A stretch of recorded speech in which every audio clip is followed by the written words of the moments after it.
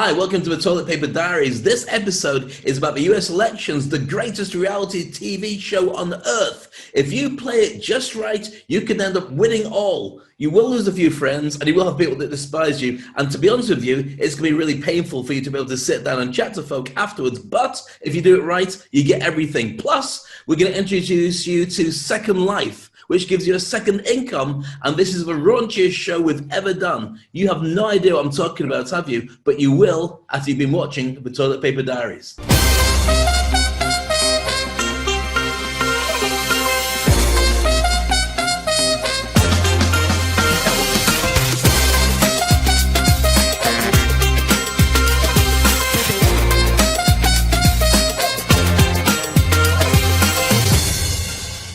So hi Dave, welcome to episode 72, and as we said last week, once again it's been a crazy week. We started with Joe Rogan offering himself to be the moderator for the debates, and then we have all sorts of craziness. So what do you think of this week so far?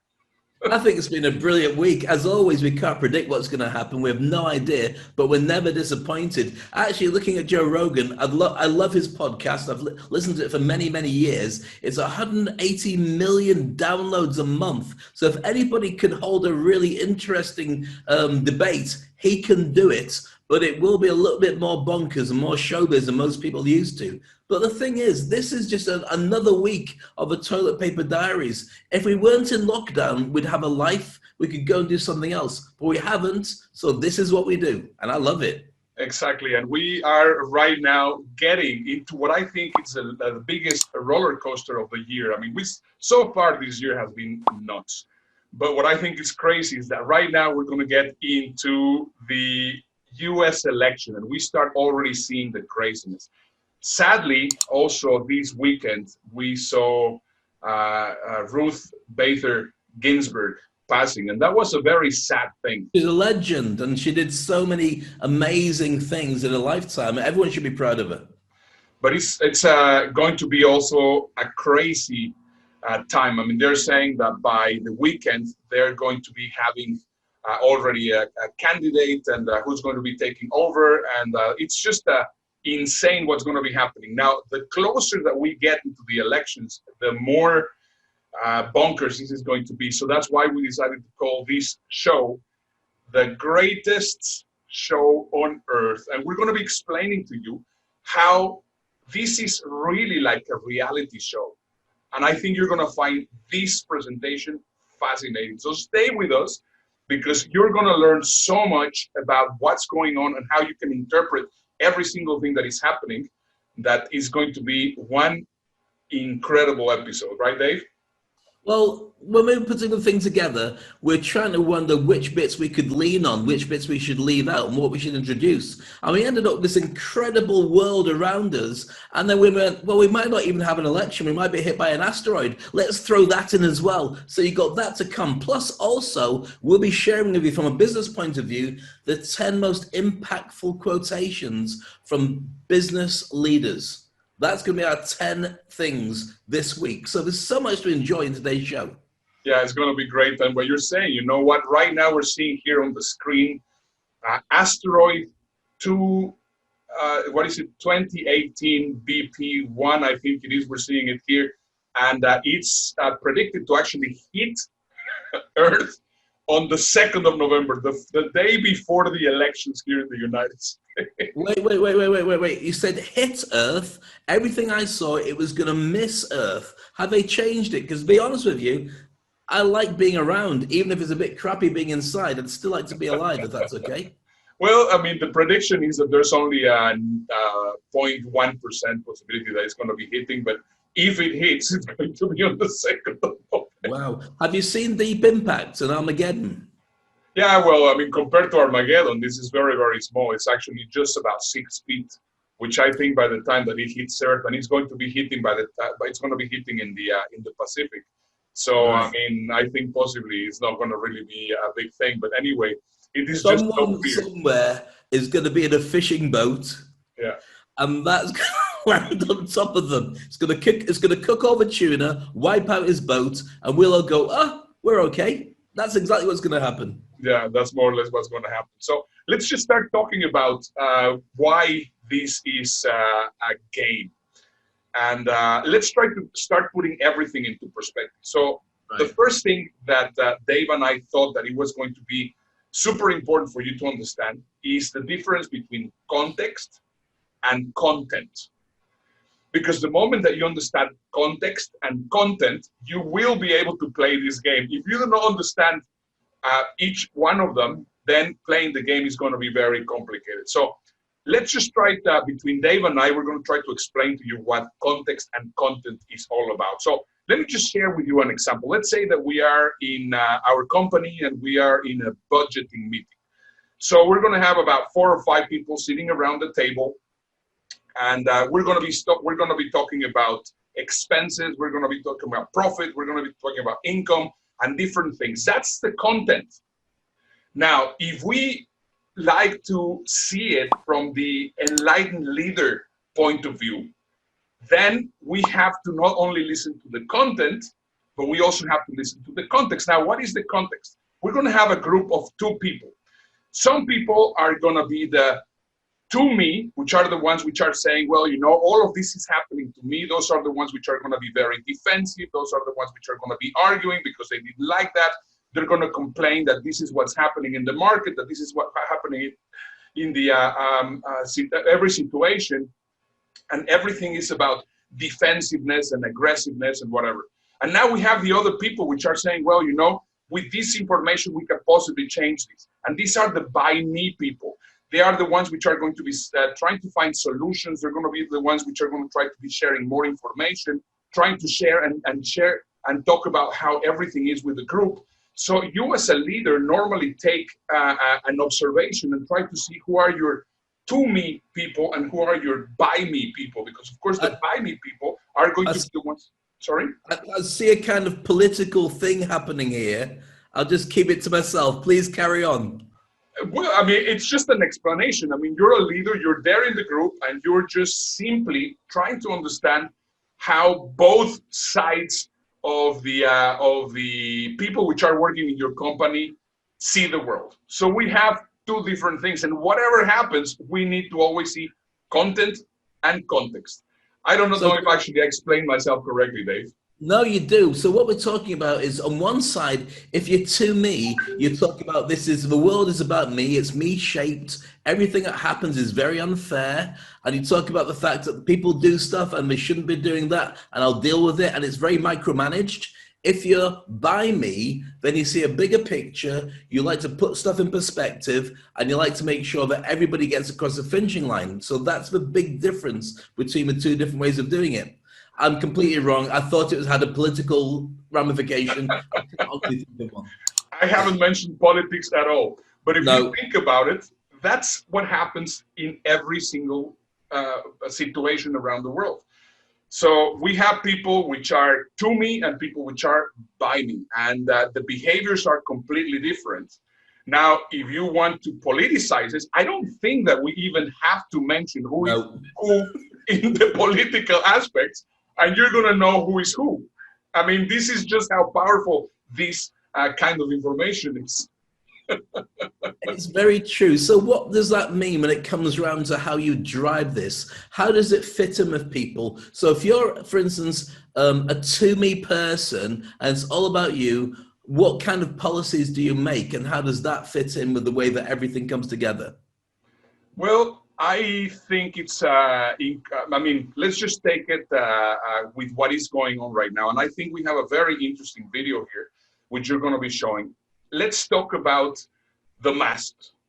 I mean, this is one example, which is just perfect for what we're talking about. Everywhere in the world, I mean, right now you live there in Dubai. I mean, you have somebody which is not a politician, which is an expert on health and whatever, giving directions, and everybody's following directions. Same thing happened in most countries. But here in the States, what happens is that you get a politician to actually be saying things, and sometimes the information is conflictive, and then this is where everything goes wrong. So have a look at this video. This is U.S. Congressman Louis Gohmert. Unlike many of his colleagues, he often refused to wear a mask in Congress. And then he tested positive for COVID-19. But in an interview, he suggested that he got COVID-19 because of the times he did wear a mask. I might have put some of the virus onto the mask and breathed it in. Gomert's distrust of masks is actually shared by a ton of Americans. A poll in July asked Americans how often they wear a mask. Among Democrats, almost everyone said they wore a mask in public, but significantly fewer Republicans said so. Yet the messaging from public health officials today is clear. Wearing a mask helps stop the spread of COVID-19. So where did this communication break down? How was something as simple as wearing a mask allowed to become political? In October of 2001, the US bungled a different public health crisis. Someone sent envelopes of deadly anthrax to media organizations and government offices. First, the Secretary of Health and Human Services went on TV and speculated about how the first victim might have gotten it. We do know that he drank water out of a stream. Why are you giving us that detail? Just because he was an outdoorsman, and there's a possibility that there's all kinds of possibilities. We don't know. We don't know yet. As the crisis continued, different officials gave different conflicting information. No one was really in charge of communicating to the public. And it led the U.S. Centers for Disease Control to make this, the Crisis and Emergency Risk Communication Guide, or CIRC. It's a guide to how to communicate during a public health crisis. The CIRC guidelines are really a reflection of the lessons that were learned from failures. Glenn Nowak used to be in charge of communications for the CDC. He's used the CIRC and even wrote some of it.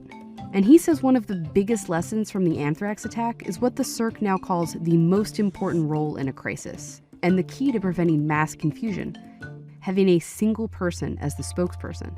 It really helps to have one primary voice, one primary face. The CIRC says the spokesperson should be someone who is familiar with the subject matter and can talk about it clearly and confidently. A lot of communications, particularly in a public health crisis, is about setting, guiding, and managing people's expectations. And it's important early on to not just talk about what you know, but what you don't know. Essentially, the spokesperson needs to be seen as trustworthy and credible, which is one reason you don't want your spokesperson to be a politician, because it's really hard for any politician to be seen as credible by everyone. They often only resonate with those who support them, and they don't resonate with those who did not vote for them. That doesn't mean political leaders can't be involved in public health communication. They just can't take the lead on the science. A good example of a government following these principles during COVID-19 was in New Zealand, where the Prime Minister was at many of the daily briefings but wasn't leading it. As is our usual practice, I'll begin by handing over to Dr. Bloomfield. What's important is that everybody is on the same page with respect to the overall messaging. But in the US, there hasn't been a clear spokesperson or a clear message. Press conferences were led by President Trump and would feature politicians as well as public health experts, and they often contradicted each other. We do expect more cases. When you have 15 people, and the 15 within a couple of days is going to be down to close to zero. Especially when it came to guiding those expectations. We will have coronavirus in the fall. It may not come back at all. Developing very rapidly a vaccine. That could be a year to a year and a half. These conflicts asked many Americans to pick a side. Who do you believe, the president or public health officials? Great video. So what we're saying then is the to me people are the people saying, you're taking away my constitutional rights. I have a right not to wear a mask. You're making it difficult for me. And the big G basically said that we don't need those as part of our respiration content. But the by me are saying we need to make sure that everybody's safe.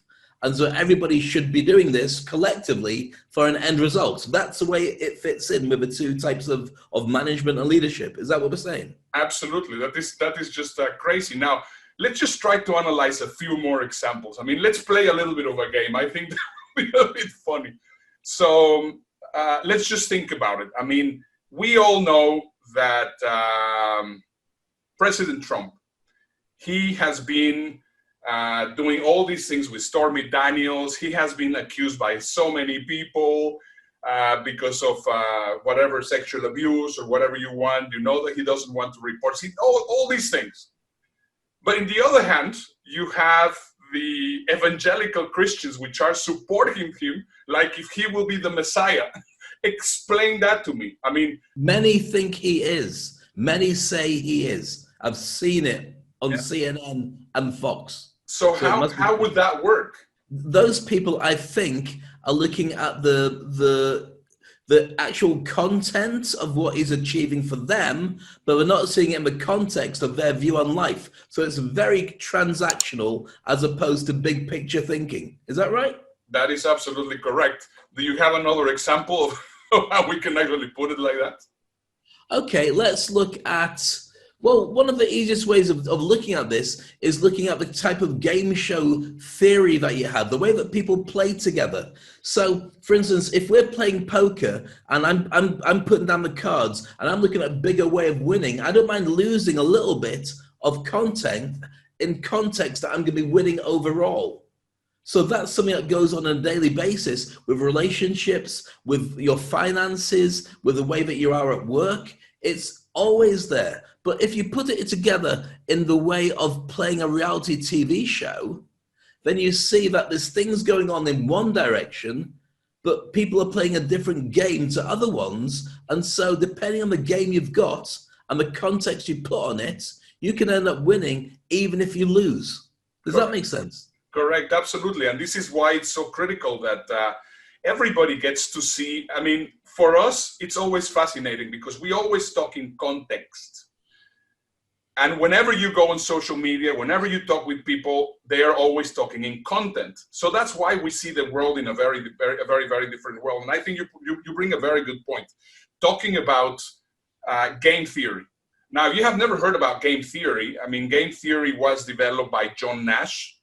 Beautiful Mind guy. Exactly, the guy from Beautiful Mind, which is it's just a fantastic. You know, I didn't know that actually he died at age 87 on a car crash. Well, that's just outside the what I was saying. I didn't know. I mean, yesterday when I was doing some research for this, I was looking on it, and that's how he died. This week? No, not this week. Okay. I mean, that's how he died. I was going to say, nobody expected that one. Least of all, he didn't work it out with his mathematical mind. Exactly. So basically, I mean, John Nash, what he said was that everything had to have some sort of equilibrium. And this is how he calls his game theory. He calls the Nash Equilibrium. And possibly you remember that scene of the movie Beautiful Mind where they are with the four brunettes and the blonde, and then he says, well, you know, if nobody goes for the blonde, we will all win. You know, this is an interesting point, because that is not really game theory or exactly as he explains it. There was a mistake there that obviously was not clear with him, because there's different ways of playing a game. So possibly you can explain those, Dave. Well, yeah, what he's talking about there is the same as United Nations use for disputes against two different countries. And also it's used when you're trying to settle things at work. It's a win-win negotiation. There's 4 different ways it can work. So let's say it's you versus me, Ernesto. So I can win and you lose. Or you could win and I could lose. That's 2 different outcomes. Or we could both lose because we don't get what we want and walk away, or we could both win, which is we get what we both wanted and we also added more on top of it, so we completely win. So let's put that in some kind of perspective. If we're playing a game, supposing we're doing stuff in business and I'm trying to get more out of the deal than you are, one of us will win, one of us will lose. But supposing we say, you know what, I want a special price, but I'll do it with you for a whole year, so you make the money back over the period of a year, then we both win. Which means that if we don't get agreements, then we both walk away. So that's a lose-lose. So those are the options that we've got. Now, the thing I love about this is how that can be spun in every aspect of life, including the elections, including game shows, including the news when it comes up as well. So you're saying that the elections are a zero-sum game. That means that there's going to be one person which is going to win, and it's doing everything possible for one person to win. And then there's going to be a person that, because not understanding the strategy, how the other person is doing stuff, it's going to lose, right? This is getting very complicated, but yes, you're absolutely right. One winner takes all. The other one gets zero, because we see it, especially when you start talking about executive decisions, that as soon as you're in power, you can just change the game in front of everybody, and they can't do anything really for about 4 years. So yes, it's a very simple one, and it's not one where they're going to be a win-win. Nobody's interested in that. It's definitely winner takes all, which is why it's so much at stake to see what happens when we have the big elections. So the interesting thing here is that even though that there's two players in the game, that doesn't really impact what's going to be happening because of what we were talking about earlier on the conditions of the market. But that's just completely a different thing. So possibly, Dave, we have been talking about how an incredible reality show participant Donald Trump is. Possibly you can run us through the process of why we say that he's the ultimate reality show participant and how the elections are exactly like a reality show.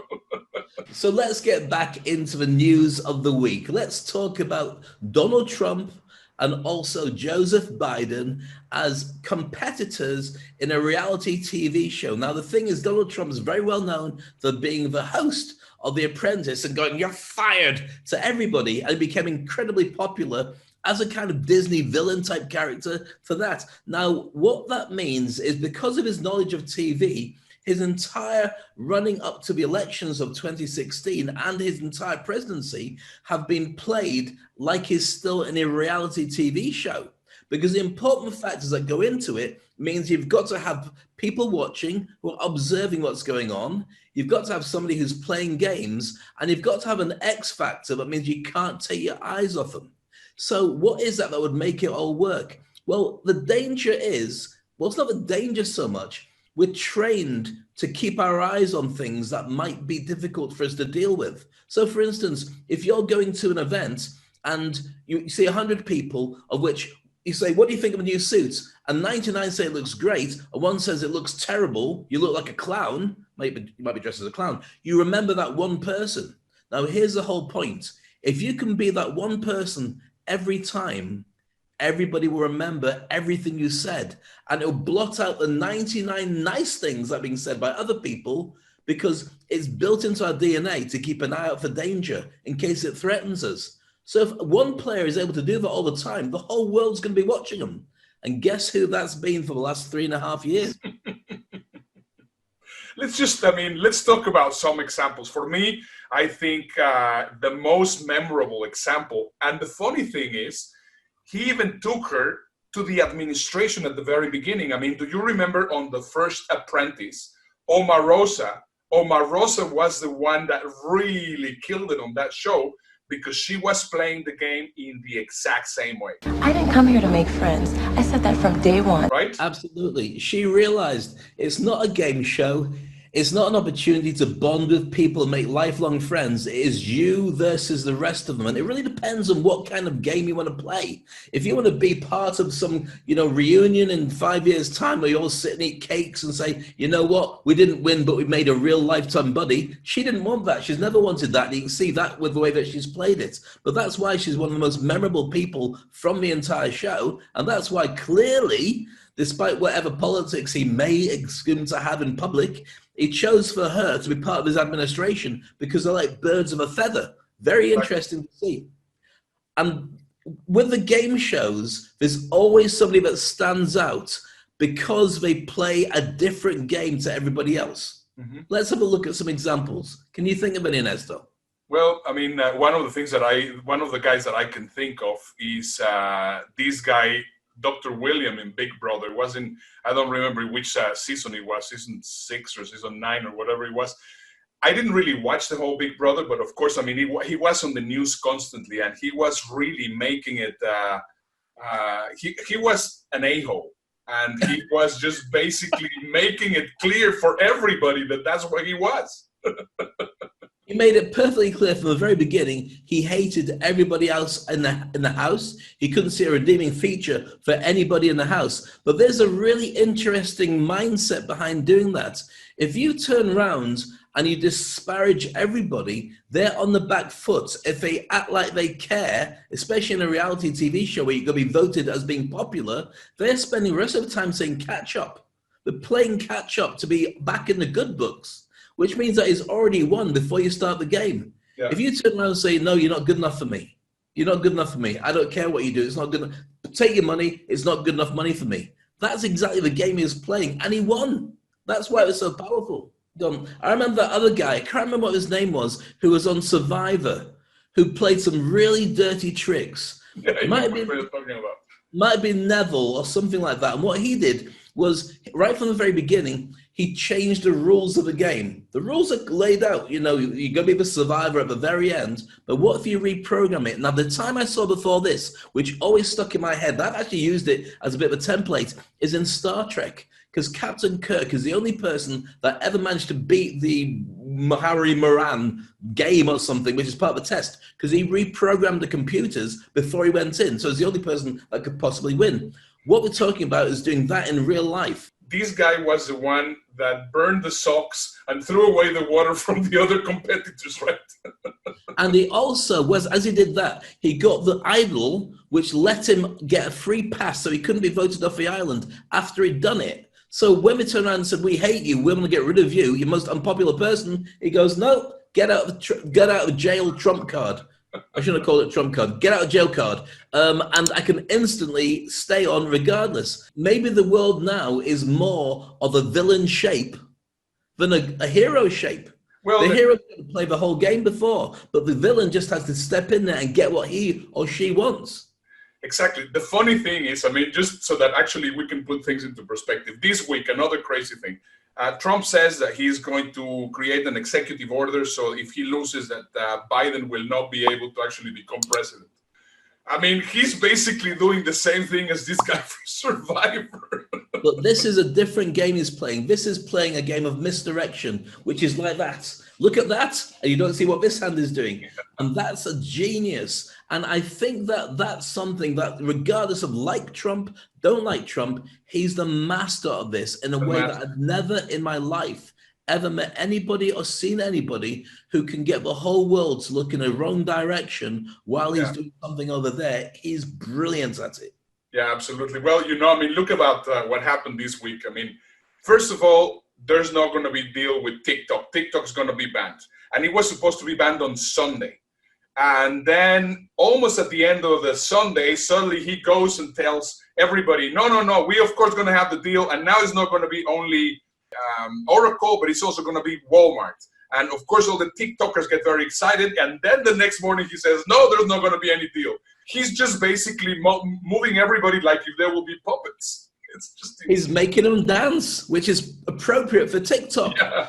He's playing the same game. So why would he do that? Why would he want to have that? Well, the thing about Trump is he's brilliant at owning all the eyeballs. Exactly. All the time the world is watching him. And it's crazy numbers. I mean, to a point where you can only outdo Trump by being a bigger Trump than Trump is. And there's nobody bigger. There's nobody who's got more stories, more juice. And he's brilliant in front of a microphone. He just owns and dominates. Like him or not, you can't take your eyes off him. Every single thing is brilliant. Absolutely, it's genius. It's just incredible how is he doing it. So he's getting all the distraction from one side, and look at what's happening with Ruth Bader Ginsburg, which of course, I mean, they're trying to get the nomination from her. But anyway, let's go back to what we were talking about, the games. Another guy that I remember, because every time that I saw him, I thought that he was absolutely disgusting, was this this drag guy, remember? The best came in season 4 of Drag Race, which featured Chad Michaels, a Dead Ringer Cher impersonator. I'm Cher, bitch! Sharon Needles, who was equal parts punk rock and comedy, and Latrice Royale. Get those nuts away from my face!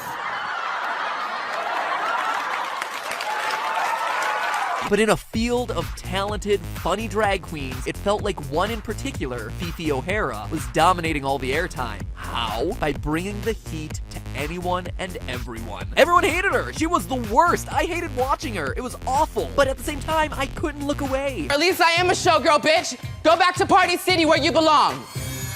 if you can out-drag all the drag artists on Drag Race, you must be doing something special. And the thing was, the guy we're talking about was by no means the most talented or the most funny, but definitely the most bitchy, and definitely the biggest in-your-face complainant. And if you think about what the show's about, is it about winning, or is it about being remembered and getting work after it? To be honest with you, it's probably the second one. So that's why he comes out as possibly one of the biggest standout stars, because he played the un-game. He played the unpopular, un-rules-driven one, and he played a different game that he created himself, which is, whatever happens, I'm not joining in. And it's a really powerful way to do it. The whole thing can't move on if somebody stands in the middle of the road and goes, no, not going forward. You got to get me going with you. And that's a game that he's playing. And Trump's brilliant at doing this. Now, the thing is, we haven't even mentioned Biden yet. We've not come up with any conversation about Biden. And there's a very good reason for that. Because he's also a part of the game. I mean, Dave, the reason why we came up with all these conversations, I mean, one of the things that I love the most, of course, doing the show, it's great. But when we are planning the shows and when we're thinking about how we're going to put things into perspective, we try to see it also from our own experience.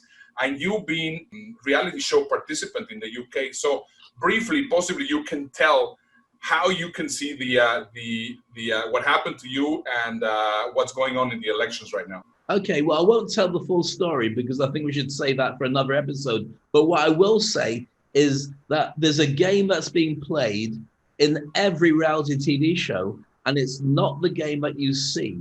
The game is how to win the game of the game.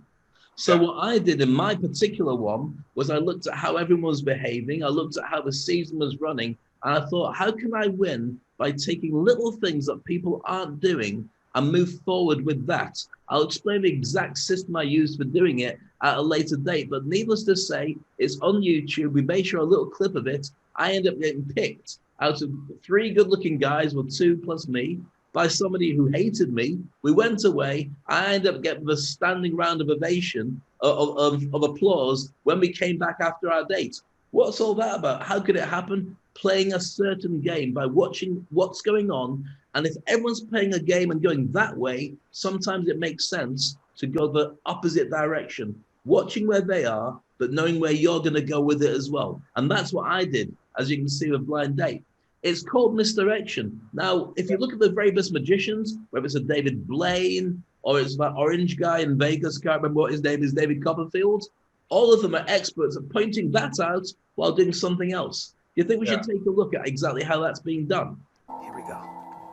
Magicians, when they begin a performance, will direct your attention to, for example, a top hat that's empty, or, look up my sleeve, nothing up my sleeve, or look at this deck of cards. And that's where the sleight of hand comes in. Tonight, President Donald Trump green-lighting one of his most controversial campaign promises, signing an executive action to enact what he calls extreme vetting. No. Radical Islamic terrorists. You do not represent our values. You would just slow down for a second and listen. They're welcome here.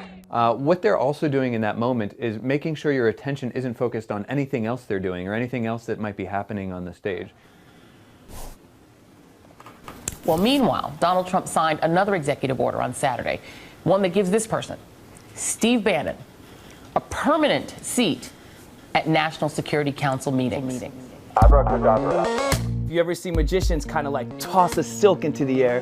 When everyone's gonna look, because this hand is moving so fast, so they're able to do something sneaky with the other hand and produce something. I shouldn't be telling you these things. Steve Bannon, a white nationalist, essentially.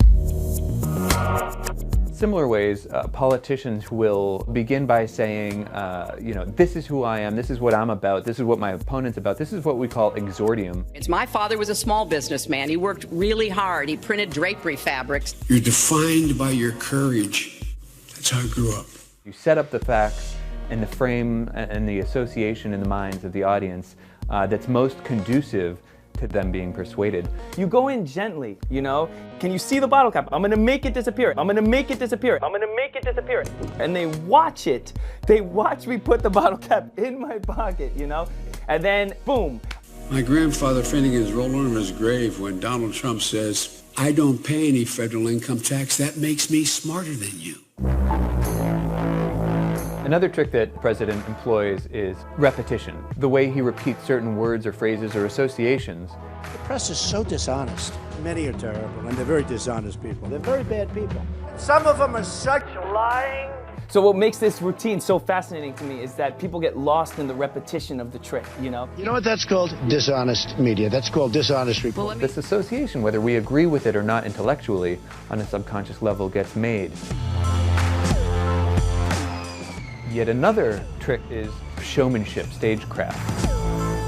Everything from the suitcase, my vest, my hat, is all geared towards one thing. Having the audience have an opportunity to make a connection of who I am as a person, what I'm about to do, and what's gonna happen. I think about it like chess. Like they're always 5 steps ahead. We're going to drain the swamp of corruption. Funny how that term caught on, isn't it? Now, the thing is, that's a video explaining everything you need to know about how magicians do misdirection. Remember, I'm a hypnotist. I'm not a magician. The stuff that I do is reprogramming people's minds to think differently about certain things. And it's not done with magic, and it's not done with illusions. It's done because you know what the coding is for people's brains, and they will react to it in a certain way. The things you say, the things you do, are things that will make people do a certain type of behavior. Now that fits into this overall picture, because every time you watch TV, you're in hypnosis. Every time you listen to the news, you're in hypnosis. Listen to music, have a long conversation, watching sports. You go into a hypnotic trance. So therefore, you're in a really good position to be taken in by anybody who wants to take you in a certain direction. When a magician says, concentrate on this, and you focus on it, you don't see the other stuff going on. Well, there you go. That's exactly what's going on. And now let me just start talking about the other player, because now we know about the player which is on your face, the one which is changing all the rules, the one which is annoying everyone. But there's, of course, another player which is quiet, that doesn't say anything, that is just really playing it very carefully. And for this, I think we have to talk about the prisoner's dilemma. Dave, can you explain what prisoner dilemma is? Yeah, the prisoner's dilemma is a challenge that if you've got 2 guys who may or may not have committed a crime, and you want to get a confession, you split them into 2 different cells, and you question them separately, saying the other person, whoever basically tells the truth and tells us what's going on, will go free. But you work at them separately.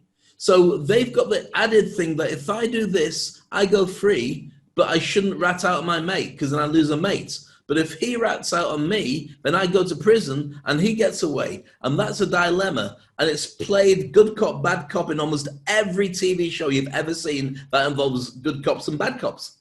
Exactly. So what does this have to do with the election? I mean, right now, you need to know what strategy the other person is doing. So you know already, and this is why it's so critical that you understand what's going on. I mean, right now, if we saw the prediction from Alan Lichtman, we know what's going to happen in the election. And now people are saying, no, we have to support. Now, what makes the election from 2020 very different to the election of 2016? In 2016, we didn't know how Trump was going to be playing the game. But right now, because everybody knows how he plays the game, what his opponent is doing, he's not engaging them. Right now, he is in hiding. He is hiding Biden. And the reason why he is hiding is because if he is hiding, Trump cannot attack him. And you know what? It's working.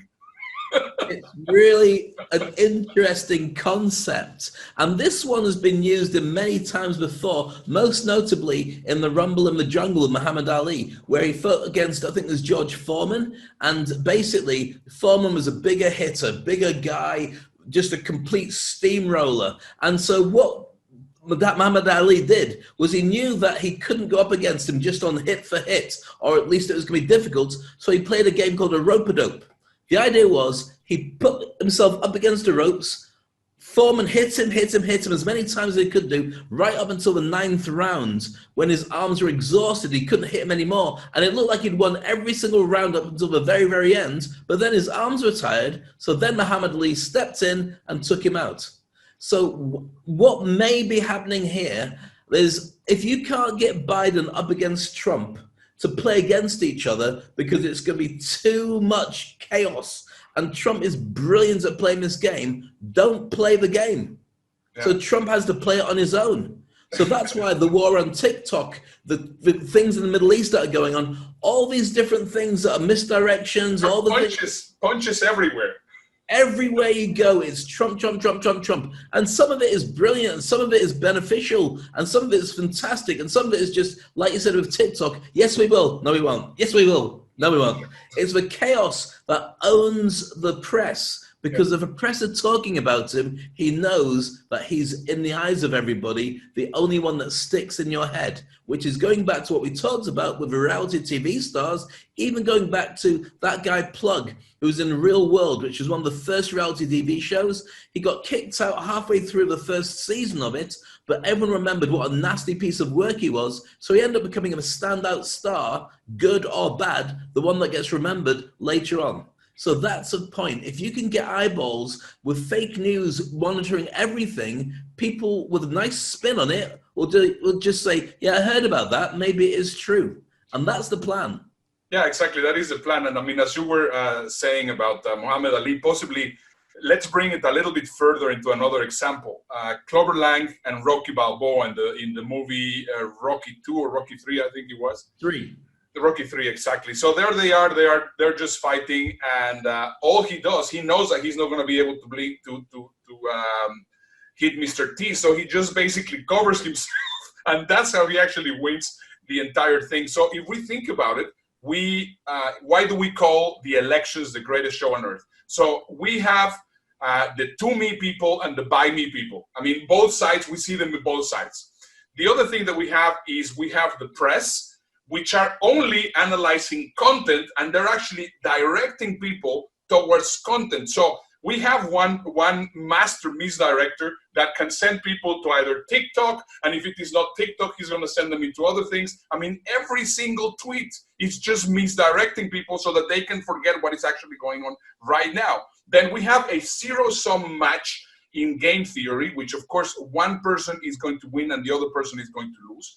And we have an audience who is into expressing virtue signaling on social media, and you are really getting all completely confused. Now, if you have never heard about virtue signaling, that is just the part of the the mix that creates this fuel going on. So let's just have this video so that you can understand exactly what virtue signaling is all about. Have a look.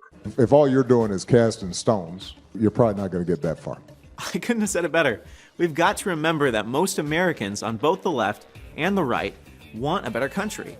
And looking down condescendingly at people who disagree about solutions for complex issues is easy to do. You wouldn't last a minute out there, Robin, boy! You're touching my stuff. Maybe it's time for everyone to calm down and take a deep breath. And Jacob, I guess. And Bert, don't forget Bert. Bert loves us all. Ultimately, if we truly want a healthy country, and if we want to see sustainable progress and productive change, we're gonna have to begin valuing substance over image. So put the phone down. Let's do less yelling and more thinking. It's time to do away with the fake and to begin learning and implementing the ideas that actually work. So there you have it. It's basically over-exaggerating things to make sure that people go on your side, whether through sympathy or fear or feeling like you're all cut from the same cloth.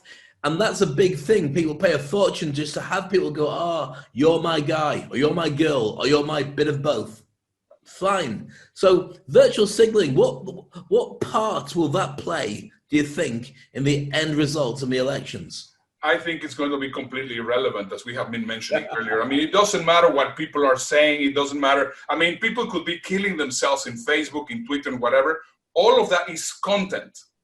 In context, we know what has already happened and what is going to be happening. And right now, it's just very interesting to see what's going to happen. Now, if we try to analyze and we see as Donald Trump as the magician in chief, we just are going to be really enjoying these next 2 to 3 months that we're going to be living here, watching the best and the greatest show on earth. This stuff with the politics, I'm not even American, I don't even live in America. It's just dominating everything. And to be honest with you, I've been watching for almost 4 years. I'm done. I'm really done. I'm not going to say I don't care who wins, but I don't really care who wins. I just want it to be over. And my hands go like this now. Who does that remind you of? Wouldn't it be amazing if we could just say no more? And we could just disappear into somewhere, some la-la land, where we could have a second life and a second world, where there's no politics and just happiness. Wouldn't that just change your life and change your world, Ernesto? That would be so cool. And you know that place actually exists, and it's called Second Life. What do you mean? Can you possibly share it with everybody? Absolutely. Well, here I am, and one of the things that we're always, Dave and I are doing, are trying to get some great content for to share with you. And then suddenly I get to see that the latest trend in the virtual world are virtual strippers and virtual brothels. Virtual strippers and virtual brothels. And I'm just wondering now if we need to explain what that means. But I don't think we do. I think the best way to explain it is just to say, we have a video. Watch this. You might know about the online virtual world of Second Life. But what you might not know is that it's home to a community of sex workers who were able to make so much money that it becomes a sizable real-life income. And in the center of this world, you'll find the Monarchy, a members-only strip club and brothel that is able to charge the highest prices of any of the big adult venues in Second Life. We wanted to know what makes the Monarchy more expensive, and also just what they're doing in there, and to who, and with what. For this video, we went behind the scenes at the Monarchy to find out. Although, first, here's a quick primer on how sex work works in Second Life. Imagine you want to start a sexy Second Life sex business. First, you'll rent some virtual land and, employing some degree of creativity, time, and money, assemble your virtual venue. Next, you'll need to recruit employees. Then you'll need to spend more time and money to market your club in Second Life to get a steady flow of customers through the door. If this is starting to sound like a real business, that's because it is. It's only the nudity and currency that's virtual. To begin with, when a customer arrives, they first walk through an entrance hall that acts as a gallery and address book of the club's escorts, showing who's online. Keep walking, and customers end up in a strip club that acts as both a lobby and a showroom. It's here that escorts who work here can chat with the client and begin figuring out what they want. Tricky work when the client might not know what they want either. Services might include animated lap dances or sex, the exploration of fetishes, or, more often than you'd think, clients who just want to talk and are seeking the emotional component of sex work that often goes ignored. So long as they're getting paid, many escorts are perfectly happy to play a PC game with you on Steam. There's also the question of how the client wants to interact. Some escorts exclusively use text roleplay. Many are able to charge higher rates by offering voice chat, and some will offer to integrate their webcam or offer real-life nudes. Depending on what facilities and/or privacy you want, the escort might then take you somewhere in the club's Aladdin's cave of back rooms, many of which will charge by the hour or minute.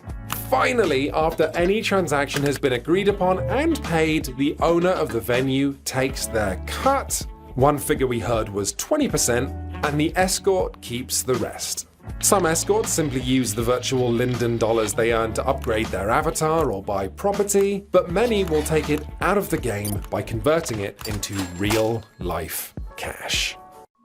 That's absolutely astonishing. I'm not sure if I actually want to go there, but I can't take my eyes off it. You know what? I remember ages ago hearing about Second Life, because it's been around for 10 years plus, about a guy who got divorced by his wife because he was having an affair with a woman in Second Life. And they were living together in their own little home. And I don't know, got virtual kids or whatever. And his real wife found out about it and divorced him. What the hell is going on? It's just crazy. I just don't get it. So what we're talking about is, in this world, this virtual world, where everyone's a cartoon character, you can go to these really exotic, erotic places. But the thing is, Ernesto, you can actually earn cash in there. And I don't know if I would want to go along and splash for virtual cash, or I'd want to be a dancer. I don't think there's much call for me now like this, but maybe in that world, we could be really hot. Yeah. Well, you know, it is very interesting just to see, as we saw there in the video. I mean, they have houses and there's people there, and you can actually make your character look exactly like you are, or change it, as you were saying. Possibly we could be with really a six-pack and really hot. As opposed to fat and dumpy and really old. Sign me up. But it's just incredibly crazy that right now there's a lot of girls which are making money doing strip dancing on Second Life. Now, what is very interesting is there's not like a sex scam, or it is not like, because everything is virtual. So everything has a complete different idea. Dave, you did once a presentation on a virtual world. So it was a virtual stage and it was a virtual person like you. And right now in the Emmys, for example, I mean, I think it's what happened on Sunday on the Emmys. It was really interesting. I mean, Jimmy Kimmel was messing around with our brains, basically trying to make us think that everything was normal, that all the people were there, and he was using footage from last year. And then they suddenly brought all the stars on the screens, and I honestly believe that this is the way that things are going to go forward. There's going to be a hybrid method, but the way that we saw things, schools, events, travel, etc., it's going to remain. I mean, it's been 6 months, and I think we're finding more and more ways in how to make things work in that way. Fascinating. I agree with you, but here's the real challenge of all that. Think about our entertainment, think about our worlds, think about the things that we worship, the way we dress, the way that we present ourselves to people, the movies we make, the music, which is celebrated by going out in groups and going to concerts and dancing. If that's not being produced and people aren't watching movies or TV shows because you can't make them, because you can't have actors in the same room together unless they're socially distanced, you're going to get a break where no new entertainment is going to be made in the way that we're used to it. Already people are looking at platforms and saying, okay, let's have an expo center in a virtual world. Let's do virtual strippers and we'll go to a virtual brothel and have a good time tonight and have a virtual drink. Oh, look, there it is. Finished it. I'll order another one. That leaves a really interesting world for the speakers, because now if you're capable of jumping into that world, you can be a really powerful influencer. You can drive the relationships you have with your content to people who are starved of fresh content. And that's where we come in. Absolutely. I'm very excited about it because, I mean, every time I see it, I just see 97% of the speakers having no idea of what's going on, where they're moving, what's going on. So I hope that you guys keep on watching this, because this is going to start becoming more and more interesting. Thank you.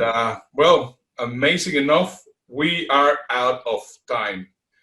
It's been incredible doing this show again with you. We have done now 72 episodes of the Toilet Paper Diaries. If it is the first time that you listen to the episode, that's great. Please make sure to subscribe. Let us know what you think. And if you are already a regular listener or regular watcher of the show, we would like to thank you. We are incredibly honored to have been sharing 72 episodes of the Toilet Paper with you.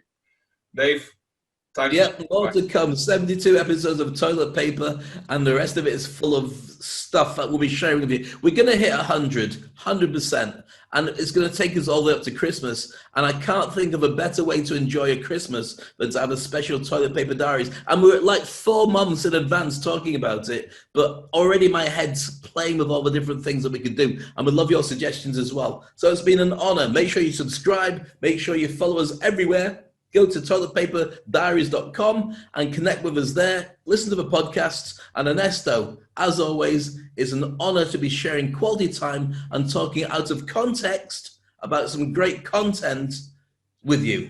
Have a great week. Awesome. All right, guys. Think context, not content. Bye-bye.